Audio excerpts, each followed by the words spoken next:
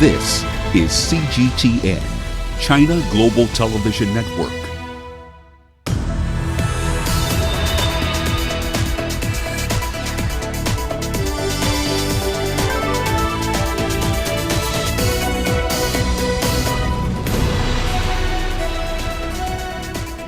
Hello there, welcome to this edition of Global Business Africa. In the course of the hour, we'll run through all the business news stories you need to know about from right across the continent. Let's start with the run through the markets here for you. A flood of red ink pretty much right across the board. You do remember MTN and its long-delayed plans to list in Nigeria, don't you? Well, Reuters is now reporting that the application to do so has been made, but we haven't seen the relevant documents in the public domain yet through the SEC over in Nigeria. 2019, not bad for the company though. 16.5% gain so far this year, when accounting for today's lower close. Last 4 weeks though, not particularly pleasant for that. The EGX 30 today not an exception. With today's 2% fall in hand, the index has lost 6% in the last 4 weeks. Here's what's coming up tonight. South Africa's ruling party wants banks to fund coal power plants in the country. Trump's tariff threat sends shockwaves across global stock markets. And a stunning performance by this 13-year-old hacking a drone in order to show the risks around UAVs. But our starting point tonight is in Africa's most industrialized economy. South Africa's African National Congress's head of economic transformation says that banks ought to be compelled to invest in new coal mines. Standard Bank and Nedbank, that's two of the country's largest lenders, say they will not be investing in coal due to environmental reasons. The country, however, is sitting on 66 billion metric tons of coal reserves. Eskom, the state power utility, says new mines are not being opened up quickly enough to ensure a consistent long-term supply for its fleet of coal power plants. A move towards prescribed assets, while mentioned in the ANC's election manifesto, would concern international investors and could destabilize South Africa's $277 billion pension industry. All right, then, quite a fair bit to get through as far as that topic is concerned. Angelo Coppola is our guide tonight. He joins us live from Johannesburg. Angelo, so let's take the ANC's head of economic transformation at his word. If the party were to compel banks and pension funds to invest in coal power plants, how would it do so? Well, look, Raman, the bottom line is the ANC can't dictate to the banks what they should and shouldn't invest in. The government, however, can, but it's unlikely that they can compel the banks to invest in those coal mines or even coal-fired power stations. The banks report to shareholders and investment committees, and those investment committees drive those investment decisions. The banks don't really have any control of the pension funds directly, so they escape that clause in Regulation 28 that compels pension funds to invest in certain areas of industry. But it's possible that the government could possibly apply pressure in other ways, using other regulations, or it could in fact look at investment tools. On the other hand, it could also, of course, simply appeal to the profit motives of the bank management by incentivizing them with tax breaks to get bank leadership to invest in coal. So legally, there doesn't seem to be much wiggle room there, but in terms of incentives, we know that South Africa is very good at placing incentives in place to get industries off the ground, so that might be an option that they'll follow. Raman? Right, so Nedbank and Standard Bank both said last year they were ending investments in coal-related projects. But what about the other big players in that sector, FirstRand and ABSA? Are they also walking down a similar path? Well, look, all the banks supposedly subscribe to the Sustainable Development Goals and those climate change imperatives that were highlighted in Paris. Both of the banks you mentioned have strong sustainable investment objectives and programs in place, but there's also an appreciation for business imperatives. The FirstRand Group told me earlier that they'll continue providing financial services to the coal industry, and that includes the coal-fired IPPs, the independent power producers, with the proviso that all the transactions are subject to enhanced, as they call it, due diligence, which includes the requirement that the clients actually have to adhere to regional, national, international and industry best practice. So the banks, being the banks, they'll act ethically, but they'll also look at the business of investing in coal. Ramah? Indeed, and of course the question with that becomes whether or not those standards they're adhering to are actually rigorous in the first place. But let's get back to the ANC. They say they will investigate ways to compel pension funds to invest in so-called prescribed assets. But pension funds clearly aren't happy with this idea. But from the ANC's perspective, why do they want to do this? What's their rationale? Well, that's a very good question. At the moment, it is a resolution and it is in the voting manifesto. It's not clear how much political will there is behind making that an imperative, but bear in mind that it's not policy or regulation yet. The issue is Regulation 28, which instructs the pension funds to invest in certain sectors and up to what percentage they can do. The fact of the matter is that it's as easy as the Minister of Finance simply signing an amendment to that Regulation 28, and that's in the Pension Funds Act, and then Bob's your uncle. Pension funds then have to invest in government projects like coal mines, for example. And of course, the ANC doesn't need the National Assembly approval to make those changes. And of course, let's not forget how much coal there is in South Africa that we have in the ground at the moment. There are enough resources, they tell us, to last several decades.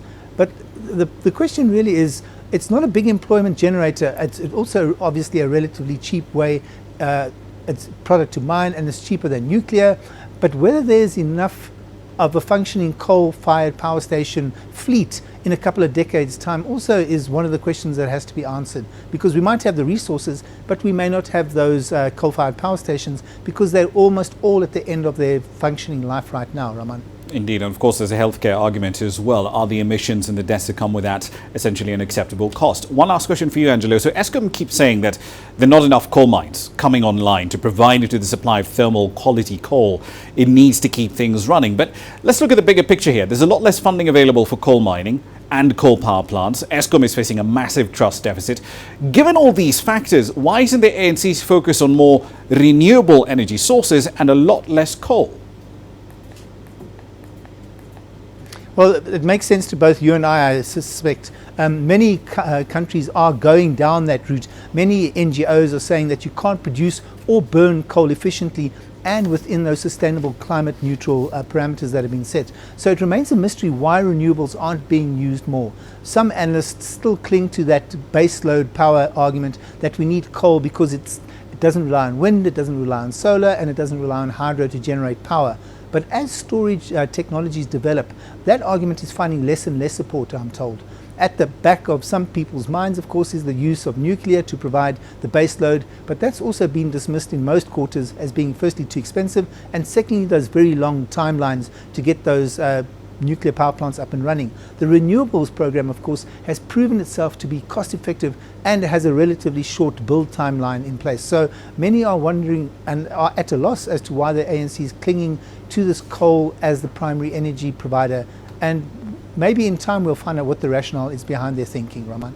Indeed, we'll see how this all plays out. Angelo Coppola in Johannesburg, South Africa. Thank you.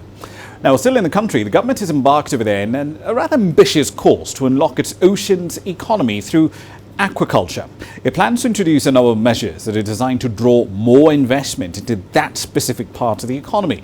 Now, the authorities there say that South Africa's aquaculture sector is set to grow into a $242 billion industry by 2022. Here's CGTN's Travis Andrews with more.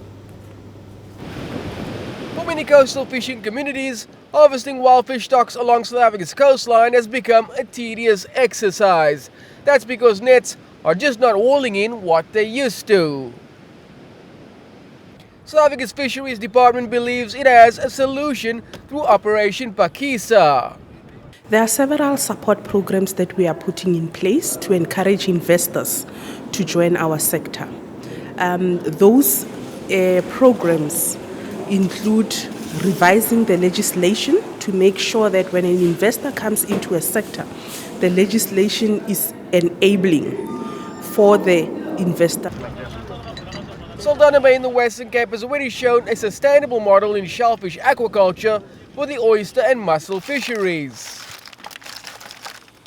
The government will further boost this sector with its own Saldanha Bay Aquaculture Development Zone.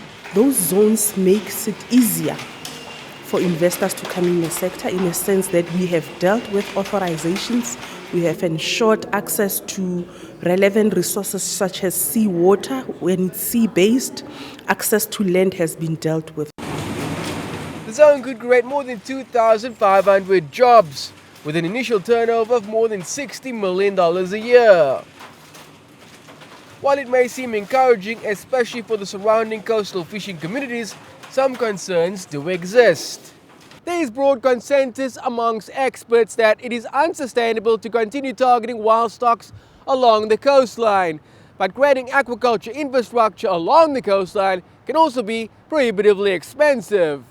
The problem with the aquaculture or mariculture as it is called here in South Africa is that it's capital intensive and most small communities cannot really afford to go into that.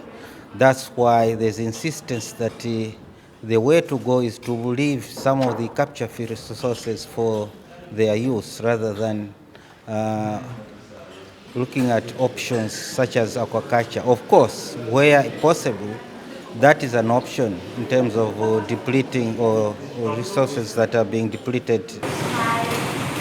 But the groundwork for a sustainable aquaculture sector capable of tapping into the global $242 billion industry has already kicked off. South Africa hopes to become Africa's leading aquaculture destination for the many years to come. Travis Andrews, CGTN, Cape Town.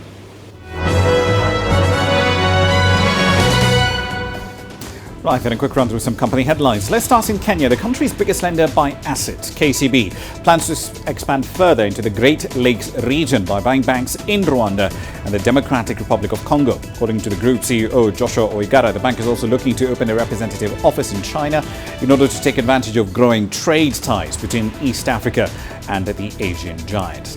Elsewhere, the French energy giant Total has agreed with the Occidental Petroleum to acquire all of the African assets of Anadarko Petroleum for over $8.8 billion. Now, the binding agreement is contingent on a successful completion of Occidental's ongoing bid for Anadarko. The deal is expected to close sometime in 2020.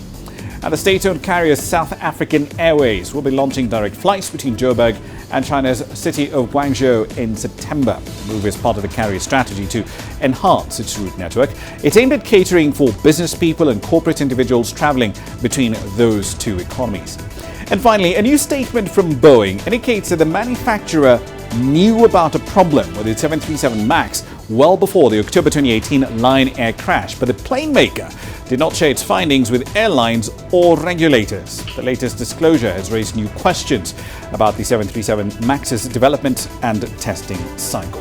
That's a run through your headlines.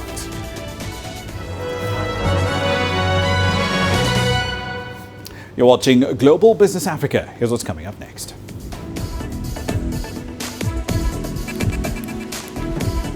The African Development Bank is reaffirming its commitment to Tunisia. And we'll also explore a major infrastructure project linking Sinai in Egypt to the mainland. The world economy as we know it is about to change. Global business reports highlight emerging markets, developing countries, and dynamic sectors worldwide. We feature top analysts and newsmakers to provide perspectives on every facet of business. From an on-the-ground perspective, we provide you with balanced and objective assessments. Fast, sharp, and insightful. Global Business. Only on CGTN. Every story starts out like this. Okay. We'll head up now. But beyond the rush of the numbers, there's always a more fundamental question. What happened? Who has been affected? When market-moving decisions are made, who's responsible? And why?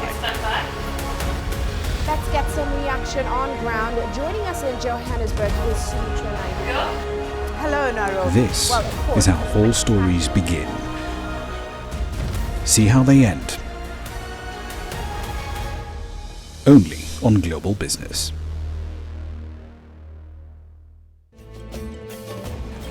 There's more to this place than just glorious landscapes. There's more to it than just, say, Table Mountain or glorious, endless salt flats. There's more to it than countries that are home to some of the deepest mines in the world. There is so much more to this place, even if it is home to some of the finest diamonds on the planet. It is the sheer diversity are the people who call Southern Africa home, and their relentless drive to make it a better place that make it so special. And we know that because this too is home.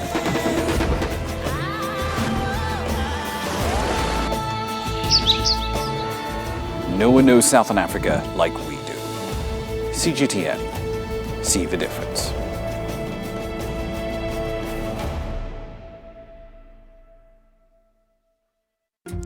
Africa is the nexus of enterprise, and global business will tell you why it matters. From the mega investment projects to multi-billion-dollar mergers and acquisitions. Africa today collects, just in terms of revenues from taxes alone, $545 billion a year. If you take 10% of that and you devote it to the energy sector, problem solved.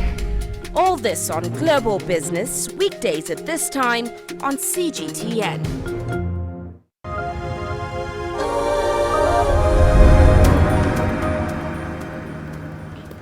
Welcome back to the program. During a working visit to Tunisia, the president of the African Development Bank stressed the bank's commitment to the country. Dr. Kinomi Adesina also commended Tunisia's decision to host the bank's regional office.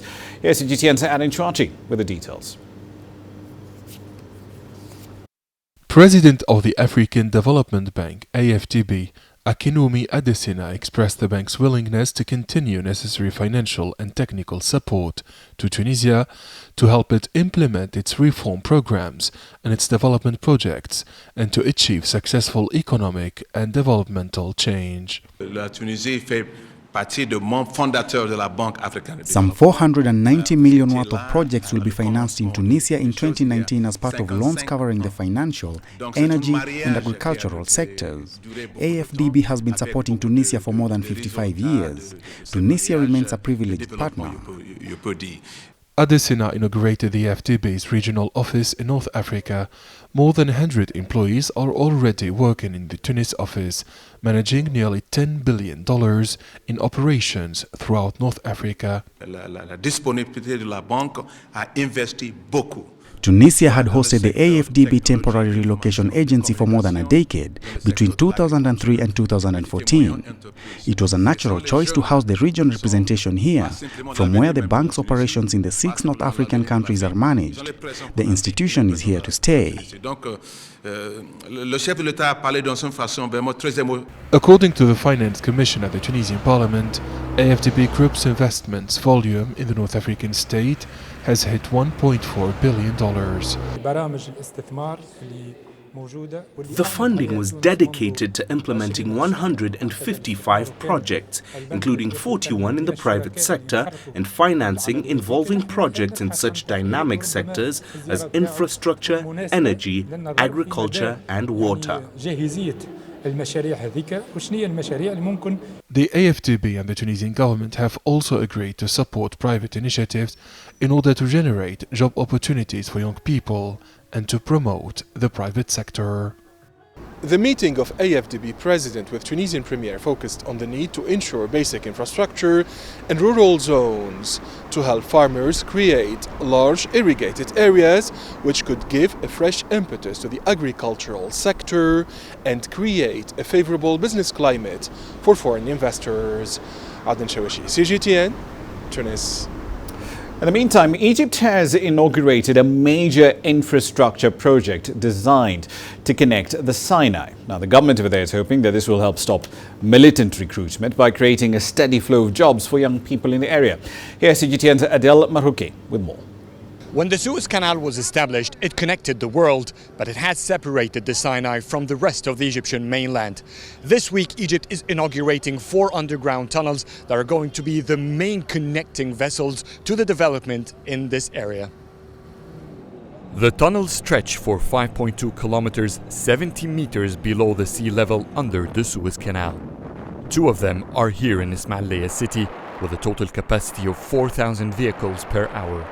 With this massive, unprecedented connectivity to the Sinai, Egypt expects to speed up the development in the region, which has for years suffered from militant insurgency. Development anywhere pushes all ills away. As a representative of Ismailia, I must say the projects launched today will fight tourism. By connecting Ismailia to Sinai, this area will be an international gateway from Sinai to the world. Any investor needs roads to cross to connect. To prevent any possible breach from the terrorist groups in North Sinai, each tunnel has been equipped with 10 vehicle X-ray gates. Since 2014, Egypt has launched a massive development vision for the Suez Canal region. By the year 2020, 1,000 projects will have been completed with a total of $47 billion in investments. The population of the governorship surrounding the Suez Canal is 6% of Egypt. The investments poured in this area until 2020 are about 20% of the entire country's investments, which reflects the magnitude of the state's will to develop this region. This is one of the main areas that Egypt's future depends on. New cities are getting constructed on the east of the Suez Canal shore. Beside business, the tunnels are expected to increase the influx of visitors to the Red Sea resorts in South Sinai, giving a domestic push to the tourism sector. Adel Mahroui, CGTN, from the Suez Canal city, Ismailia, Egypt. Thousands of people in remote areas of storm-lashed Mozambique have been left homeless. Many small rural communities, in fact, have been completely destroyed. Transportation is still an enormous challenge as relief agencies are struggling to reach out to the affected population who are scattered across villages. Our reporter Daniel Arap Moy is in Pemba. He filed this report. Mozambique is currently dealing with the aftermath of Cyclone Kenneth in the country's northern coastal region of Pemba. According to the country's National Institute of Disaster Management, 38 people have so far been confirmed dead. More than 20,000 others are reportedly without proper shelter, with nearly 30,000 homeless. Mario Alima is one among many Mozambicans who have been affected by the devastating effect of Cyclone Kenneth. Halima is trying to rebuild her home after the cyclone, but she says it's a daunting task that requires resources which she does not have. The floodwater came and filled my entire house, and now we're trying to fix the damage, but it will take time because we don't have much as a family. Cyclone Kenneth left a trail of destruction here in Pemba. Hundreds of families, just like Halima, are trying to salvage the little left, but resources seem hard to come by. Many people here in Pemba are trying to return to a semblance of daily life amid the destruction, but with nothing much to start with. I have nothing much left. The cyclone destroyed everything, and with 7 children, life is simply a daily struggle. If anyone can help, I will be grateful. Many of the roads in the area have been grounded and remains in bad shape, with flights to the region grounded. Relief agencies are concerned about communities they have lost contact with, especially given the challenge of transportation in hard-to-reach areas of Cabo Delgado. Daniel Arap Moy, CGTN, Pemba, Mozambique. We must change our behavior in order to protect many of the Earth's iconic species from extinction and create a sustainable future. That's according to the chairman of a United Nations group studying the impact of our species on the world's biodiversity, with the aim of persuading governments and citizens alike to take action. Now, the UN today released its global report, and it warns of how over 1 million of the species on this little rock called Earth are being pushed towards extinction by pollution, deforestation, and climate change. Nature is in more trouble now than at any other point in human history, with extinction looming for over 1 million species of plants and animals. In the United Nations' first comprehensive report on biodiversity, the blame is put squarely on humans.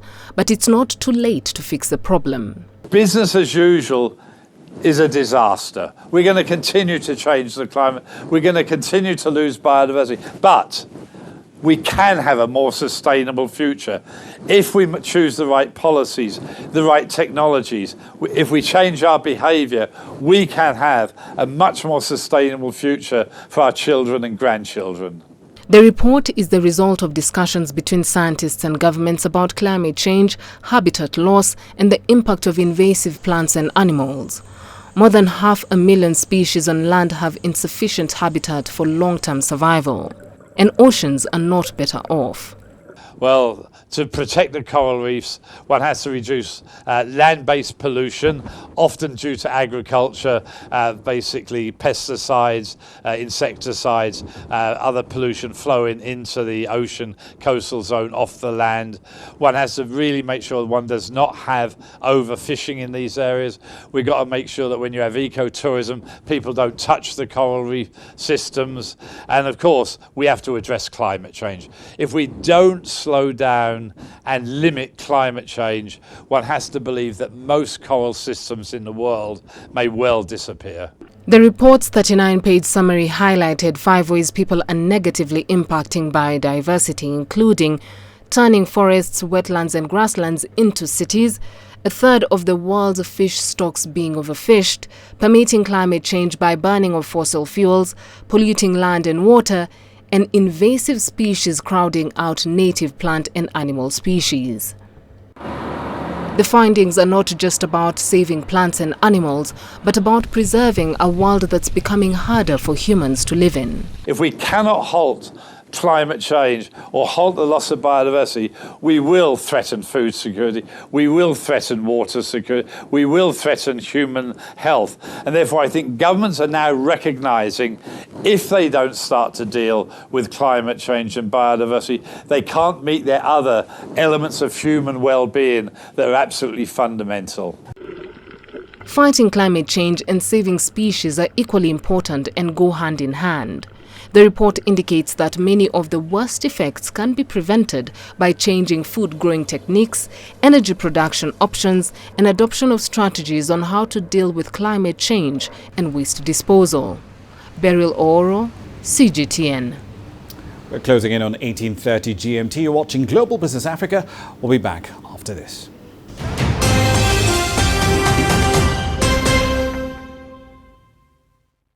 Business in Africa is at a crossroads. We celebrate those who are adopting and thriving despite the challenges, from grassroots to big businesses.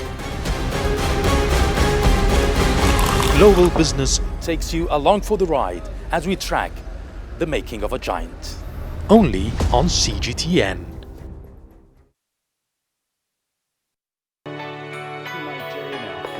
Economic data out of the country. The country's foreign currency reserves. With a dedicated and diverse team of anchors, CGTN now brings Africa to the palm of your hand. I'm Perina Karibe in the heart of Nairobi, which is bustling. From everyday heroes to the continent's most powerful figures, we bring their voices to you. We haven't changed. And this is something most of us are very excited about. We bring you news that's changing perspectives. I'm reporting from Nairobi City Center. News that brings Africa to the world.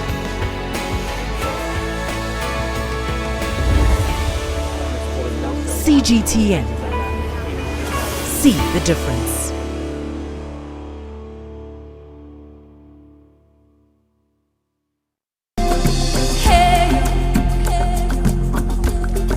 Accra is my kind of city. That's because when I'm here, I feel like I'm back home in Lagos or Abidjan, which are two of the major cities I grew up in.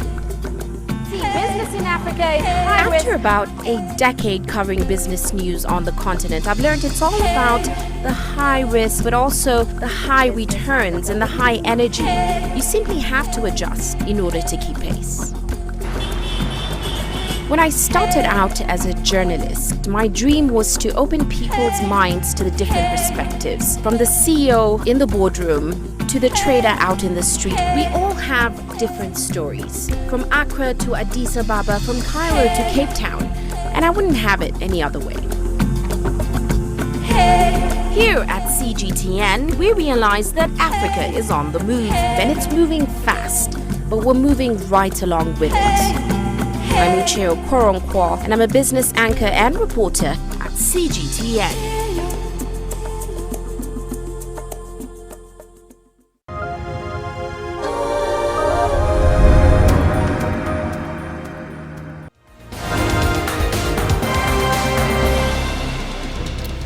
Welcome back. Let's recap the stories making your headlines at this hour. An incident involving a tanker has killed at least 58 people, injured more than 30 others in Nigeria's capital. The truck exploded as crowds tried to collect fuel that had spilled from it. The blast near Niamey's international airport also caused damage to nearby houses. In South Africa, special voting is underway across the country ahead of the main election on Wednesday, the 8th of May. Now, the country's electoral law does allow voters to apply for a special vote, which in turn lets them vote a day or two before the general elections are held. One can apply for this special vote on grounds of physical infirmity, disability, or pregnancy. And finally, Libya's Eastern Forces commander Khalifa Haftar is urging his troops to intensify their fight for Tripoli. He says that the holy month of Ramadan, which started on Monday, was a month of jihad. That call comes just hours after the UN called for a week-long ceasefire in the capital of Tripoli. That's a run through your headlines. All right, then a quick look at other markets across the world. Chinese stock markets fell sharply on Monday. The benchmark Shanghai Composite Index was down by over 5%. The Shenzhen Component Index closed more than 7% lower. In Hong Kong, the Hang Seng Index was down by nearly 3%. The Chinese yuan also did suffer quite a bit. It was down 1.3% at one point. That's the heaviest drop we've seen in 3 years, before recovering a bit in the afternoon. European and Indian markets also did open lower. Analysts say Chinese shares could fall further in the days to come, but should stabilize relatively soon. In the meantime, the latest decline in Chinese equities is worrying many investors. CGTN's Timothy Pope caught up with Theodore Shou, the Chief Investment Officer at Skybound Capital, for some answers. We've seen a pretty spectacular drop on the Chinese stock markets today, the first trading day back after the May Day holiday. Now that we're around the 2,800 point mark, is the rally over? This is a very interesting question in the sense that actually the rally continued in a very good shape early this year, particularly in Q1. But if we look at April, it was already quite struggling for some of the stocks and the market overall as well. And the drop that we witnessed today is quite surprising in its scale, but to me, this is probably a very healthy pullback or correction in the medium term. I don't personally think the rally that we have seen starting from early this year has come to an end yet. Now, up until today, one of the main things that had been driving the recent volatility in the market had been liquidity concerns and whether or not we were going to see a targeted RRR cut in the next little while. How likely is one of those? I think overall, if we take a step back, compare China with some of the other leading developed markets, all monetary policy has tended towards more the tightening end in the past 2 years. And our RRR rate have been standing at very elevated level, even historically if you compare it with China itself. Therefore, there is room for further cuts, not necessarily just the RRR, but even some of the other monetary policy instruments. We believe all those can come into play. With that said, the equity market is not entirely driven by the monetary policy, is not entirely driven by how loose that we see the monetary supply is. So yes and no, the equity market is very much working around how the monetary policy has been played out, but also ultimately we still believe it's ultimately driven by the fundamentals of the company. Is that true in China though? Is fundamentals really what investors look at? In the past, I would say given the high retail participation in China, many investors assume this market is more speculative than valuation driven. However, I think it really has a lot to do with time horizon. If we look at medium term to longer term, in fact, even this market is fundamental driven. A typical example is Multi, which is a very popular name in the market. It's popular because, okay, yes, the stock price itself is very high, but more importantly, it's the kind of return it has generated over a period of decades for investors. But ultimately, what is driving that name? What is driving that return. That is the fundamental of the company, because that company has been improving in its yield, in its return it can generate for equity owners during the same period. So in that regard, yes, the market is also driven by fundamentals. Chinese investment in Fiji is diversifying from infrastructure to agriculture and services as well. But the stigma around Chinese investment does continue. Do they hire enough locals? Do they look after the environment? These are the questions that are being asked. Here's Chang Lei with more. An hour's drive outside Nandi city centre. Up to 10,000 locals have no tap water. That would soon change. In previous years, our company was focused on road construction, relatively large projects involving lots of people in concentrated areas. Due to changing conditions, as the government tightens finances, we are getting some smaller projects. But we feel, as a Chinese company, a key project contractor. We are confident because of our standards, quality, and value for money, we can go far in this market. For the 44% of Fijians living in rural areas, China Rail's projects are making it easier to get around, having built 126 kilometers of roads and 22 bridges. Wang also heads up the Fijian Chinese Chamber of Commerce, and he sees new investment trends.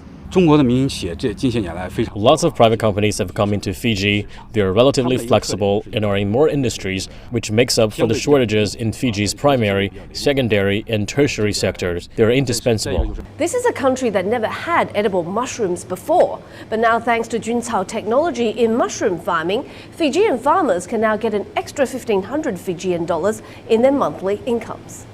Lin Zhansen has spent the past 21 years living outside China, teaching farmers the Juncao mushroom technology. His team has trained over 1,000 farmers in Fiji and is aiming to double that. Now, for the farmer in the mushroom growing this site, many farmers, they started their mushroom, the Juncao mushroom production, and they growing their own mushroom and they sell the mushroom, eat the mushroom. Our Juncao is very good feed the animal with the high yield and high nutrition content. So that is very good for the livestock development in Fiji and the similar climate regional countries. Very good potential, great potential for the competition in the international market for the Juncao mushroom product. For private company Dongcheng, which last year opened Nalagi Hotel, the tallest building in Nandi, overcoming suspicion to Chinese investment requires patience, localization, and compliance. As long as I can see, if you are really fully prepared and come here to do a genuine invest, things can move forward. And like here in Fiji, there is a strict process to carrying out projects. As long as you are doing things according to the law, the project can move forward very smoothly. We hire lots of locals. We must stress compliance and environmental protection, which are part of our values. In this, we are ahead of the pack. This is recognized by the multiple stakeholders in our previous projects. Chinese business in Fiji goes back to the 1800s. Building trust and having long-term vision will pave the road for today's investments to go steadier and further. Cheng Lei, CGTN in Fiji. Now let's take a look at accelerating gold purchases being made by a number of central banks around the world. Shi Cheng explains why these acquisitions could one day reshape the global financial system. Global central banks piled into gold in the first quarter, buying more than 145 tons of the precious metal. That registered a 68% surge from the same period of last year. Taiwan of the Commercial Bank of Montreal said that the central banks are moving to reduce their dependency on the US dollar. Economically, central banks want to diversify. They want to diversify out of currencies, perhaps out of fixed income, and gold has generally been considered a good asset to be in, to be not necessarily correlated with other things. The US dollar historically was convertible to gold at a fixed rate, with other currencies pegging the dollar. That changed in 1971. Since then, central banks have gradually turned back to favoring gold as reserves.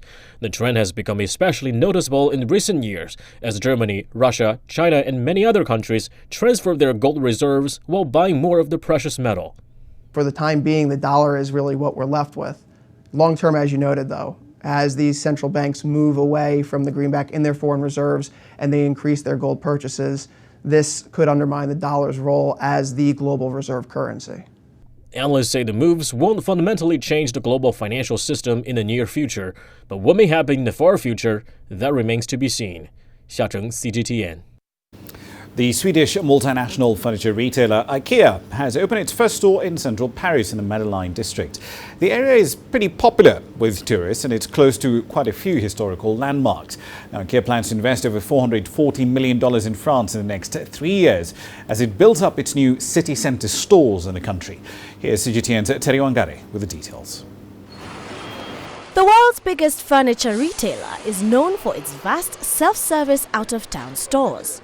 But it's transforming its business model to cater more for consumers who would rather order online and have items sent to their doors. It is a way in a smaller space for us to be closer to people, to offer the full IKEA range. You don't want to bring your sofa with you, so we don't have it in the stock here. But it's a new way for us of interacting with the customers. Would this be successful, we will be able to bring it not only to more places in Paris, but to other places in France, in US, in Japan, in China, in India. So it's an important test for the total IKEA. IKEA employs around 10,000 people in France, where its sales rose 3% in the 2017 to 2018 fiscal year to nearly $3 billion. The Madeleine branch has hired 140 new workers. The Paris outlet is 4 times smaller than IKEA's typical blue box megastores, which are usually located on cheaper land on the edge of cities. So the question is, can such a city centre branch work in Paris? What I will follow up when I look at Madeleine is how many homes do we improve here, and can we, in the white spots of Paris, can we be as relevant for people as we are in the suburbs. And we know for sure, even if there are some people are more affluent in the city center, most people live in a small space. Most people don't have endless of money. So therefore we think we will be relevant. The opening of the Madeleine store comes as Paris grapples with the yellow vest anti-government protests. However, many Parisians welcomed the new store, with some hoping for more across Paris. For me, the convenience is the quickness. I don't have to take a ton of transport to go to the store, and then if I buy a lot of things, it's also simpler to go back home. Well, it's convenient. They have so much. I love the fact that IKEA has a lot of affordable things that look good. And I'm always buying stuff online from IKEA, and I'm just happy that they finally came to Paris. And I think I heard that they're going to New York as well, which is really impressive, so yeah. France is IKEA's third largest market after Germany and the United States. Global sales reached around $43.6 billion last year. The new Madeleine branch hopes to prove that the firm's new business model can work not just for Paris, but for busy cities across the globe. Terry Wangari, CGTN. Now, in a country that loves its warm and hot beverages, beers are one thing that a lot of Chinese citizens enjoy cold, and it's been seeing quite a streak as seen by national sales figures. The target market in China has gradually shifted to middle and high-end drinkers with more quality brewed into every sip. CGTN's Gary Engelbrandt filed this report. Whether it tastes great or is less filling, China's beer drinkers now want a better brew. In the past, the buzz was all about cheaper domestic brands, but now consumers have more options when buying. Our previous strategy was to earn the highest sales in the Chinese market, so we would produce a beer that was suitable for most drinkers in China. But now, because young people have new preferences, we develop products according to their tastes. China Resources Snow Breweries, one of the nation's biggest beer companies, now rolls out new beers specifically for the middle and high-end market. Brave the World Super X, Craftsmanship, and Mars Green are some of their newest brands. At 8 to 15 yuan per bottle, many wonder, has the quality gone up with the price? We have further designed wheat consistency, alcohol, flavor, taste, and color so that these products will stand out, personalized, and different from the previous ones. B says CRSB's total income in 2018 increased by almost 8% over the previous year. Total sales of middle and high-end beers have increased nearly 5%, while total sales of traditional cheaper ones decreased 3 to 4%. It's a trend that every beer company in China should grasp. If they fail to do so, they will lose out in the competition down the road. While many Chinese enjoy middle and high-end beers at home, at most bars, the cheaper ones remain the life of the party. Our cheaper beers sell more. The expensive ones are more expensive in the bars, and most people cannot accept the prices. Yang adds that price is still an essential factor for young people when it comes to buying beer. The cheaper ones I usually go for. I'm a student, see, so I buy the Tsingtao is pretty cheap. I can usually get a Tsingtao for, up to 5 kwai. But no matter how China's beer economy plays out, experts agree that more options are always better for consumers. Gary Engelbrandt, CGTN, Beijing. Right then, a quick run through commodity prices here for you. So Brent crude not really moving much in today's trading session. In fact, down to 70.81 at about 15:33 GMT, just about 0.06% lower at that point. Earlier on in the bulletin, we spoke about Total reaching agreements to sell assets it does have in 4 markets in South Africa, Algeria, Ghana and Mozambique for all of $8.8 billion to Occidental. The interesting bit about that deal is what's on sale here. The assets in Mozambique, 1.2 billion barrels of oil equivalent, roughly 70% of that is just natural gas that's yet to come to market. Here's what's coming up next.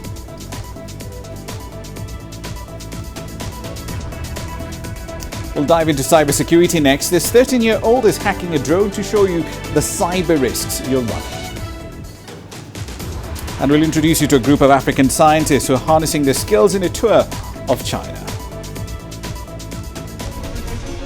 Images may appear to be identical, but looks can be deceiving. The difference is not always obvious. It has to be discovered. There are always different sides to a story. We put the focus on the details. To see more, to understand better. CGTN. See the difference. You don't find the stories of North Africa by sitting on the sidelines.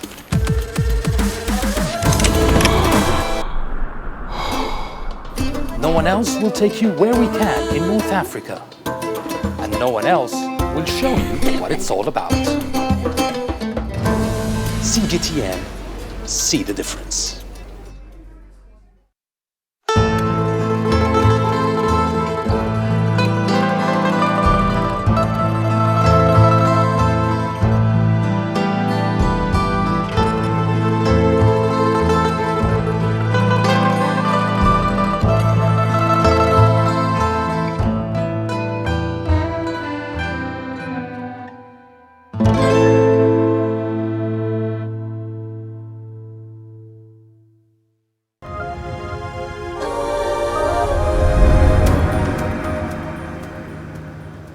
Welcome back. Law enforcement agencies and aviation regulators are increasingly concerned about the risks that are posed to commercial aviation by UAVs, or drones if you prefer. Several international airports, Heathrow of course was one of the more recent ones, have had to shut down and cancel hundreds of flights due to drone sightings nearby. In Cape Town, a teenager recently hacked a drone in order to prove the cyber attack risk that exists. Here's Alexandre Majala with more. 13-year-old Ruben Paul successfully hacked a drone in a stunt aimed at showing how vulnerable web-connected devices are to attacks. The black belt in Chinese martial art Kung Fu calls himself Cyber Ninja and started hacking at 6 years old. Paul took control of the drone in front of an audience at a global cybersecurity conference in Cape Town, South Africa. He was able to fly the drone, access its camera and its data. I just tacked the drone and I basically scanned for networks in the area. I scanned for the devices connected to the drone's network.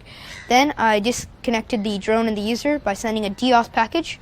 After that, I connected back to the drone, and now I have full control of it. I can fly it, I can video record, I can get all kinds of data back. The stunt, part of an event hosted by cybersecurity provider Kaspersky Lab, was designed to show the vulnerability of the Internet of Things. The IoT refers to internet-connected machinery and household devices that can collect and exchange data using embedded sensors. The list of things in this category keeps getting longer. And to tackle the problem, the teenager founded a cybersecurity awareness and education organization for young people. So your smart homes, your smart devices, your smart toys, all of this is connected. And this is the technology that's going to be going into future devices such as autonomous cars, flying cars, things like this. So if we don't secure it now, then connectivity without controls can become catastrophic. 93% of the attacks that we saw coming into the Internet of Things are really password-related, weak password-related things. Kaspersky Lab says that the rapid growth of Internet-enabled devices and the need to deliver them to market quickly often leaves security overlooked. Currently, there are 7 billion Internet-connected devices in the world, and the number is expected to rise. Drone sightings caused 3 days of travel chaos at London's Gatwick Airport in December 2018, resulting in the cancellation or diversion of about 1,000 flights at an estimated cost of more than $65 million. Alexandria Majala for CGTN. Now, we're still in South Africa. Students from 6 universities across the country have been battling it out as a Chinese proficiency competition in Durban. The winners will have the chance to travel to China next month to compete against other global finalists. 20 of South Africa's best Confucius Institute students entered the 17th Chinese proficiency competition in Durban. The theme for this year's international competition was One World, One Family. For over 4 hours, students demonstrated their skills in writing, a theme speech, and a talent show. Ilse Smit from the University of Johannesburg and Kyle Matthew Nash from the University of Cape Town emerged as the overall winners. In June, they will join other finalists from around the world to compete in China. In second place was Bozole Bule Shagasi from the Durban University of Technology. I'm very happy. I mean, you could see the level of Mandarin that they've learned. At least they're able to express themselves.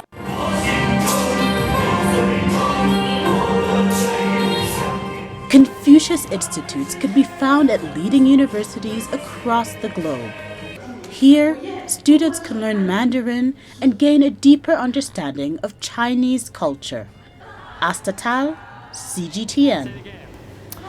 Everything from precision agriculture to robotics. That's what young science workers from 18 African countries are studying as they tour China's top universities and industrial parks this week. They're sampling China's advances in tech, and the participating scientists say there's only one thing any country looking to develop must work on. Here's CGTN's Sunye with more.